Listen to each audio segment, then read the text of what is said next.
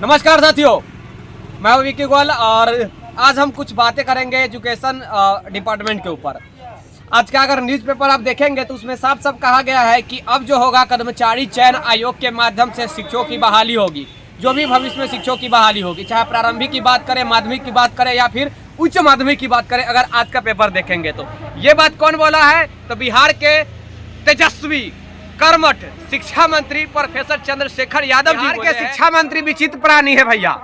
कभी बोलते हैं कि हम बीपीएससी के माध्यम से शिक्षकों की बहाली करेंगे, कभी कहते हैं कर्मचारी चयन आयोग के माध्यम से यानी कि एसएससी बिहार एसएससी के माध्यम से बहाली करेंगे, तो कभी कहते हैं कि जिस प्रकार छठे चरण की जो मेरिट आधार पे जो शिक्षकों की बहाली हुई है उसी प्रकार करेंगे। कोई परिवर्तन नहीं होगा सातवीं चरण में। हम सातवीं चरण की बात कर रहे हैं। सातवीं चरण की ही अभी आने वाली है बहाली। जैसा कि आप लोग जानते हैं, लगभग 3 लाख रिक्तियां और 33,000 के आसपास तो और रिक्तियां अभी खाली होने की संभावना है। जब तक बहाली आएगी तब तक लगभग 30,000 प्लस रिक्तियां और खाली होंगी। बहुत सारे जगह फर्जीवाड़ा में बहुत सारे टीचर पकड़ा रहे हैं। कुछ दिन पहले आपने देखा कि एक ही जगह से 33 शिक्षकों के ऊपर एफआईआर दर्ज किया गया है। निगरानी की टीम ने उनको पकड़ा है, फर्जी शिक्षक को, तो उनको अरेस्टिंग भी हुई है। तो वो सारा सीट भी खाली हो रही है। 3.25 लाख के आसपास ऐसे भी बिहार में सीट खाली है। तो मोटा मोटी अगर मैं बात करूं तो 3 लाख के आसपास रिक्तियां अभी भी बिहार में है और सरकार बहाली करने की सिर्फ बात कर रही है, बहाली नहीं कर रही है भैया। आज तो हद हो गई कि न्यूज़पेपर में कहा गया है कि कर्मचारी चयन आयोग के माध्यम से भी शिक्षकों की बहाली होगी, यानी कि सातवीं चरण, चाहे प्रारंभिक हो, माध्यमिक हो, उच्च माध्यमिक हो।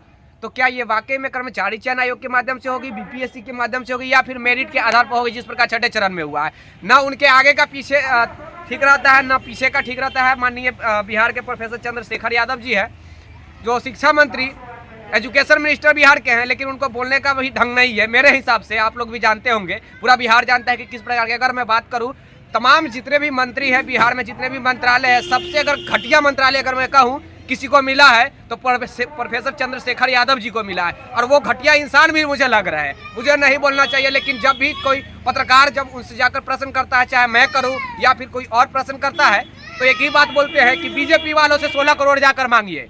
अब जाइए बीजेपी वालों से दिल्ली में जाकर माननीय जो प्रधानमंत्री श्री नरेंद्र दामोदर दास मोदी है, उनसे जाकर मांगिए। अब वो आरजेडी वाले देने वाले नहीं है। मांगेगा तो लाठी से पीटा जाएगा, जिस प्रकार पिछले दिनों पीटा गया ये कर्मचारी चयन आयोग और बीपीएससी वाले दोनों को पीटा गया, दौड़ा कर मारा गया भैया। शिक्षकों वालों को भी मारा गया, 2 बार 3 बार शिक्षक वालों को मारा गया। और ऐसा अब एक खबर आई है कि शिक्षक अभ्यर्थी फिर से फरवरी के प्रथम सप्ताह में आंदोलन करने वाले हैं। शिक्षक अभ्यर्थी फिर से फरवरी के प्रथम सप्ताह में आंदोलन करने वाले बड़े पैमाने पर, ऐसा मुझे खबर आया है, शायद आप लोग के पास भी पहुंच गया होगा। तो सरकार को अब शायद संज्ञान में ले लेनी चाहिए थी। और शिक्षा विभाग के फिर से यही कहूँगा, शिक्षा मंत्री के ना बातों का ठीक रहता, उनके बात और क्या चीज़ से मैं कंपेयर कर सकता हूँ आप समझ रहे होंगे। मैं ऐसा बात मुझे नहीं बोलना चाहिए, लेकिन हमारे बिहार के शिक्षा मंत्री ही इसी प्रकार लायक है, इसी लायक ही है कि उनकी बातों का 1% भी अगर उनके बातों पे, तो आजकल बच्चा हंसने लगा है कि वो क्या बोलते हैं भैया। ऐसे हाथ जोड़ के और पतली गली से निकल जाते हैं, कोई मीडिया वाला भी आता है। तो कल आपने भी देखा कशिश न्यूज वाली जब मैडम जाके प्रश्न की कि शिक्षक बहाली या फिर नियोजित शिक्षकों के ऊपर भी जब उन्होंने प्रश्न उठाया कि आप जो जातीय जनगणना में जो शिक्षकों को लगाए हैं, तो ये स्कूल में पढ़ाने जाएंगे कि जातीय जनगणना करेंगे? तो कह रहे हैं कि आप तो जानते हैं कि स्कूल बंद है, तो कर रहे हैं काम। तो शिक्षा मंत्री क्या कर रहे हैं? शिक्षा मंत्री को जातीय जनगणना करना चाहिए था जाकर। वो सिर्फ जातीय जनगणना का फायदा लेने वाले इंसान है, सिर्फ वोट लेने वाले हैं। तो यही है माइंडसेट हमारे बिहार के शिक्षा मंत्री, जो कि घटिया माइंडसेट है। और उम्मीद था कि नई सरकार आई है, युवाओं की सरकार आई है, नवयुवकों की सरकार आई है, तो शायद कुछ काम करेगी, कुछ अच्छा करेगी। लेकिन इतना घटिया किस्म के शिक्षा मंत्री बिहार में बना दिए हैं कि अब मुझे नहीं लगता है कि जो आने वाले जो भविष्य होगा वो शिक्षा में कोई परिवर्तन आएगा, नहीं, और घटिया हो जाएगा। इससे अच्छे विजय कुमार चौधरी, जो प्रोफेसर विजय कुमार चौधरी थे, वो थे। खैर चलिए, कोई बात नहीं। कैमरामैन राजेश राज के साथ मैं विक्की गोयल, आप देखते रहिए एनसीपी जागो बिहार। तब तक के लिए जय हिंद, जय भारत, टेक केयर, बाय बाय। और यही कहूँगा, शिक्षा मंत्री को कुछ सद्बुद्धि देने के लिए कुछ हवन उवन का कार्यक्रम किया जाए, ताकि शिक्षा मंत्री को सद्बुद्धि आए, शिक्षा मंत्री के पास कुछ ज्ञान आवे। वो पता नहीं उनके माइंड में क्या बैठा हुआ है, वो प्रोफेसर रहे हैं, लेकिन मुझे नहीं लगता है कि वो प्रोफेसर का उनके पास एक भी गुण है। भाई साहब, बिहार के जो भी अभी एजुकेशन मिनिस्टर, शिक्षा मंत्री है, प्रोफेसर का उनके पास एक भी गुण नहीं है मेरे ख्याल से।